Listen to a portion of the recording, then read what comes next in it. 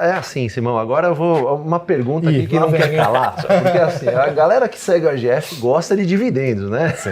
Acabou o investimento. Acabou. Então, eu até não Eu dei o gancho também, né? Não é de um possível dividendo, um cheirinho, me deu eu tenho um nariz grande, então eu dou uma olhada que tem um cheirinho de dividendo aparecendo por aí. A S... O preço médio que você olha no nosso portfólio, o portfólio tem contratos novos, contratos antigos, é uma foto. São R$190 mais ou menos, hoje. Sempre, como eu comentei, sempre ajustados por inflação, que é um tema importante. Se movimentam no intuito de gerar dividendos, gerar retorno acionista, gerar um bem para a sociedade também. Então, é muito... Mas a gente tem hoje a política de distribuir entre 50% e 100% do lucro. Lembrem que o mínimo por lei são 25%, isso a gente já travou no mínimo 50%. Então a gente não está tá acima do que é previsto por lei. Tá? Se movimentam no intuito de gerar dividendos, gerar retorno acionista, gerar um bem para a sociedade também. Então é muito bacana que a AES é uma das empresas que a gente gosta bastante, por isso que a gente está aqui hoje. Bom, vamos... E esse crescimento todo que eu acabei adiantando um pouco na minha abertura, se dá com retornos muito interessantes para o acionista, todos eles, né? Quer que seja o controlador, quer seja vocês, qualquer um. Se beneficia. A gente tem retornos bons, são projetos que são estruturantes e que, ao mesmo tempo, ajudam os clientes numa trajetória de descarbonização das matrizes. Né? Então, tem um apelo social, tem um apelo de transformacional para a sociedade como um todo e tem um retorno, né? Que a gente também não pode descuidar disso, mas são todos esses vértices que se compõem. Por isso, o Brasil é importante para a ES como um todo. Legal. Perfeito. Ó, José Simão, mais recentemente a gente teve aí, vendo a AES, que decidiu vender participação na Eletropaulo e na Light, né? Sim. E aí vocês acabaram saindo da parte de distribuição e concentraram o negócio basicamente na geração de energia no Brasil, né? Por que vocês tomaram essa decisão de mudança completa? É foco. Vocês falaram que empresas são organismos vivos, são organismos vivos. Uma época teve uma ideia de expandir a corporação, estou falando pelos Estados Unidos, tá? Não aqui pelo Brasil, mas expandir a corporação, depois o momento foi, vamos restringir geográfico e dentro da cadeia da produção, geração, distribuição de energia, focar em geração. Então foi um movimento global, não é específico aqui para o Brasil, fizeram outros investimentos como esse, saindo da distribuição. Hoje, e no fim do dia, assim, voltando um pouco, a empresa fez a venda da Eletropaulo, que foi a grande saída, em 2018. E a gente começou a expandir a operação da geração no Brasil, né, dobrar a capacidade, como eu comentei, nessa mesma época. Em 2017 a gente fez a primeira aquisição, que foi a Alto Sertão 2. Então, quando você... É muito na prática. A empresa decidiu sair da distribuição, focar na geração, alocou recursos que eram os mesmos para lá, e aí a empresa começou a crescer, começou a tomar um outro ritmo. Então, acho que é muito do organismo vivo que vocês falaram, teve uma mudança estratégica para foco, que eu acho que foi super acertado.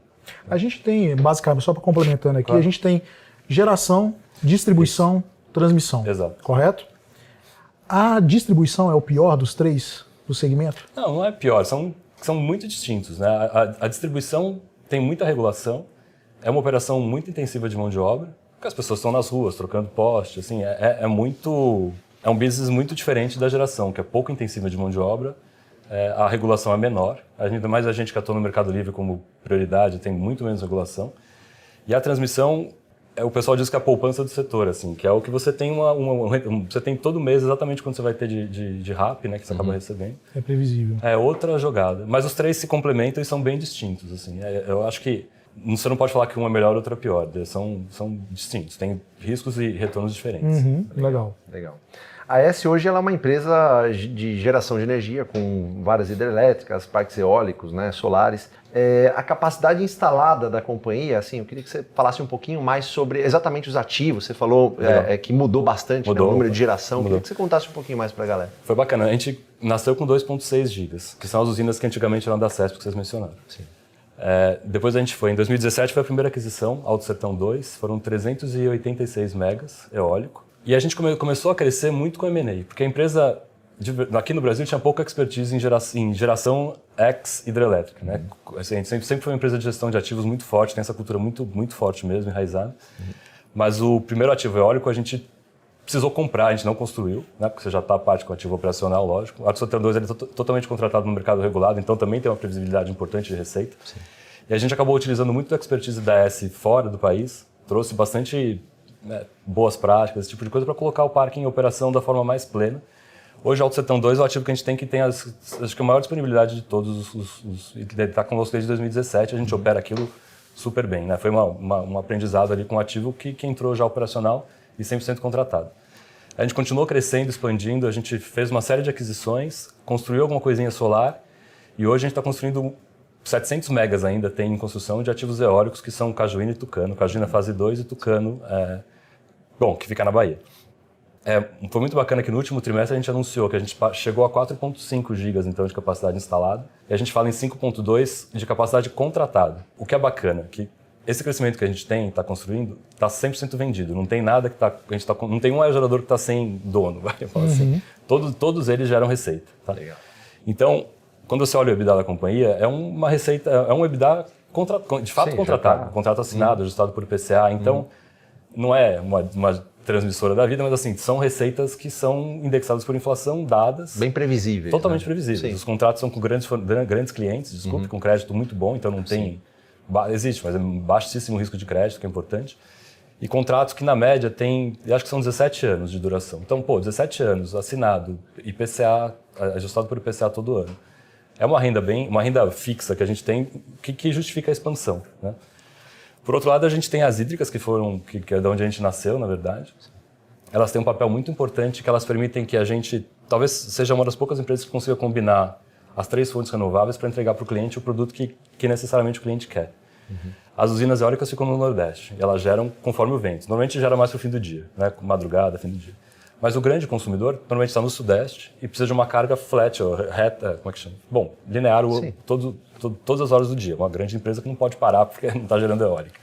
Então a gente pega a energia das eólicas, traz para o nosso portfólio aqui, que tem as hídricas, e usando as hídricas a gente entrega no Sudeste e contínuo.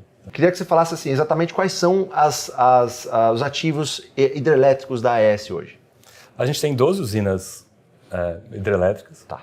3 são PCHs, que são aquelas pequenininhas, e o restante, as 9 restantes, são usinas grandes, de grande porte. A gente tem uma que Água Vermelha é a maior delas, é uma usina com reservatório. Usina hidrelétrica com reservatório no Sudeste, assim, é o joia da coroa, é um negócio que é super valioso. E a gente tem Barra Bonita, que é uma que todo mundo conhece, que é onde tem as eclusas, é uma usina importante para a gente. E tem essa parte também turística que acaba... Muitas vezes as pessoas conhecem mais por isso. E até lembrando aqui, o pequeno acionista foi chamado para fazer subscrição, né? Isso foi importante. Justamente por causa desse investimento, né? Foi. Uma sinalização importante foi ver que a própria AES foi lá e acompanhou, né? Sempre acompanhou. A gente fez chamada de capital duas, em 21 e 22. Sim. Em 21 a gente levantou equity, foi uma oferta pública de ações, o chamado follow-on. A gente fez para fazer o equity da parte de Cajuína, que é o que a gente está terminando de entregar agora, Cajuína 1 e 2, que termina agora. Em 22 a gente levantou praticamente o mesmo valor, 1 bi, foi uma oferta de capital privada, só para os acionistas da base, a gente optou por fazer esse tipo de transação. E o funding foi para o último M&A que nós fizemos, que são os ativos que a gente chama de Cúbico 2, mas são os últimos ativos de Cúbico, são 3 ativos, que somam quase 500 megas de capacidade desses 4,5 que nós temos hoje, que a gente concluiu a transação em dezembro de 22. Tá? Então foi isso, foi uma participação muito importante. A gente teve, no total, 92% dos acionistas acompanharam, então teve de fato uma participação importante de toda a base. E a AES sempre, tanto em 21 quanto em 22, entrou com... Hoje tem 47%, né? Então Sim. entrou mais ou menos com metade do cheque nas 2 ocasiões. É assim, Simão, agora eu vou... Uma pergunta aqui que não quer calar, porque assim, a galera que segue o AGF gosta de dividendos, né? Sim. Acabou o investimento. Acabou. Então, eu até Eu dei o gancho também, né? Não era essa pergunta na sequência, mas a gente vai emendar para essa, porque você já falou um pouquinho. Por que ele falou que acabou o investimento? Exatamente. Ligou uma coisa a outra. Você falou que a AES está num fim de um ciclo de grandes investimentos, né? Você falou que fala em suas conversas com os fundos que já está vendo algum espaço, talvez, aí eu vou colocar isso na tua boca, de um possível dividendo, um cheirinho, eu tenho um nariz grande, então eu dou uma olhada que tem um cheirinho de dividendo aparecendo por aí. A AES, Simão, ela não distribuiu dividendos em 2023, né? No ano de 2023. Então, com a redução do CAPEX, né, dos investimentos a partir de 2024, teria algum espacinho aí, ainda que seja pequeno? Essa pergunta é boa e é um negócio que a gente se debate bastante aqui. Sim, porque hoje a alavancagem está em 5,6 vezes dívida líquida EBITDA. Então, e com o cenário de Selic ainda está em redução, mas é alta, continua alta. Sim. Então a despesa financeira tem seu peso no nosso balanço, na nossa geração de caixa. A gente aprovou, se eu não me engano foi em 21, a gente não tinha política até então, mas a gente tinha a prática de pagar 100% do lucro como dividendo sempre. Vocês deixaram mal acostumado o acionista. Sim. Não, mas era assim, sabe quanto era a relação dívida líquida EBITDA e quando a gente começou a estratégia de crescimento? 0,9. Sim, mas que é ruim. É ruim também. 5,6 está elevado pelo fim do ciclo. Mas 0,9 também, Sim. acho que você consegue gerar valor com a alavancagem. Bem, a gente tem hoje a política de distribuir entre 50% e 100% do lucro. Lembrem que o mínimo por lei são 25%, e isso a gente já travou no mínimo 50%. Então a gente não está, né, tá acima do que é previsto por lei, pela lei das SAs, então fica entre 50% e 100%. Em 2023, a gente vai manter os 50%, em 2024 provavelmente, Fábio, porque ainda não terminou o fluxo, o ciclo de... A gente vai começar a desalavancar, mas ainda não terminou. Perfeito. E daí para frente, como eu comentei, aí passa a ser uma empresa com a receita totalmente contratada, as obras estão prontas, aí a gente passa a reavaliar, mas hoje, com a situação macro que está, não faz sentido pagar o 100%. A gente vai continuar nessa... E eu acho que faz sentido na ponta do lápis, né? Senão, acaba sendo, eventualmente, a gente contrair uma dívida para pagar um dividendo, que acho que aí acaba não fazendo sentido. Porque recentemente saiu na mídia que a AES teria contratado o Itaú BBA, né, para conseguir um sócio na sua operação, com o objetivo de levantar capital, né, e o crescimento da companhia, que aí cogitaria construir uma Tucano 2, uma Cajuína 3, né? Então, assim, pensando nessa desalavancagem, né, talvez vocês já pensam numa nova onda de crescimento com outros investimentos e fazendo uma nova chamada de capital ou colocando um sócio para conseguir suportar esse crescimento da empresa? A primeira coisa é que Cajuína 2, Cajuína 3 e Tucano 2 são os próximos estágios das obras que estão Então, tem muita sinergia em fazer, porque as equipes já estão lá, mobilizadas. Então, se a gente conseguisse fechar algum PPA, que é o contrato de longo prazo, nos moldes que a gente fez em 21, que permitiram essa expansão que a gente fez agora, poxa, vamos olhar, vamos ver se estiver dando retorno. O custo de capital, quer seja dívida, quer seja equity, faz parte da conta, é uma das principais alavancas do assunto. Mas a primeira coisa é que tem que achar um cliente, tem que fechar um contrato de longo prazo. A gente, por estratégia, vocês acompanham a empresa, a gente nunca passou a construir nada sem estar com a receita travada. É um ponto meio que de gestão de riscos que a gente tem como prioridade aqui. Então, se eventualmente a gente for expandir de fato em 2024, seria... Primeiro, vamos fechar o contrato, vamos garantir que a gente tem a receita e depois a gente começa a colocar o dinheiro para rodar e aí cresce. Qual seria a TIR mínima que vocês exigem para começar a construir esses novos projetos? Vocês devem olhar esses PPAs todos que a gente fez, se fizerem as contas, vocês vão encontrar entre 15 e 17 nominal pelo período completo do ativo, que são 30 anos mais ou menos. Tá? Perfeito. Então são tiros atrativos. Tá? Sim, com certeza. É isso que pauta. Enquanto não estiver nesse patamar, a gente espera e vamos continuando buscar bons acordos para continuar expandindo. É o que você falou, não é crescer a qualquer custo, né? Não, isso é uma mensagem que deixar bem clara. Assim, a disciplina da alocação de capital é chave. Perfeito. É meio que dita aqui. A gente é uma empresa de crescimento, mas o retorno vem acima de tudo. Então não é... E hoje por hoje, reservatório cheio, preço para baixo, assim, não é trivial o crescimento. Não só aqui, acho que vocês estão vendo outras empresas também estão com uma situação parecida. Né? Perfeito. Simão, em geral, os analistas que acabam cobrindo a AES de alguma forma, eles costumam dizer que a ação já está bem precificada. Vou discordar, com certeza. Isso é bom. A companhia negocia cerca de 15 vezes lucro em 2024, 8 vezes EBITDA e 1,1 vezes o valor patrimonial, né, com uma TIR próxima dos 10% aí. Dos 11 analistas que cobrem a AES, só 3 recomendam compra da ação. Que gatilhos você acha que poderiam acontecer aí no meio do caminho para que eles, digamos assim, para que as ações fizessem ou tivessem... Destravasse o valor, né? Destravasse o valor de alguma forma. Sempre aparece desalavancagem. Então, assim que a gente começar a baixar desse 5,6, o mercado já vai ver que, de fato, puxa, acabou de fato o ciclo, está desalavancando. Esse é curtíssimo prazo. Acho que em breve a gente vai poder reportar esse tipo de métrica que já mostra longe de onde a gente vai querer estar, mas assim já mostra uma trajetória descendente. Tá? Se olhar a nossa alavancagem, ela veio, ficou 2 tris igual, e agora a ideia é que ela começa a descer naturalmente. Isso já é um trigger. Tá? Macro, acho que é menos, mas macroeconomia é um trigger. Quando vocês veem, qualquer coisa que sai do Fed acaba impactando o nosso papel aqui pela alavancagem. Tem muito valor no crescimento, mas esse crescimento futuro os analistas nunca põem na conta. Eles ficam com dúvida, e não é conosco, em geral. Tá? Eles acabam não precificando muito o crescimento futuro. A gente, em específico, eu comentei um pouco das hídricas com reservatório no Sudeste. Isso, quando a regulação está começando cada vez mais a evoluir no sentido de fato, atribuir à hídrica um valor financeiro que ela merece, assim, pela capacidade de modulação que ela faz da carga, do despacho sem emissão. Tem muito ativo, muito valor esses ativos. E a regulação, a princípio, parece que está começando a enxergar isso e talvez mudasse para beneficiar um pouco, começar a pagar alguma coisa pelos atributos que a hídrica contribui para o sistema. Vocês viram o apagão?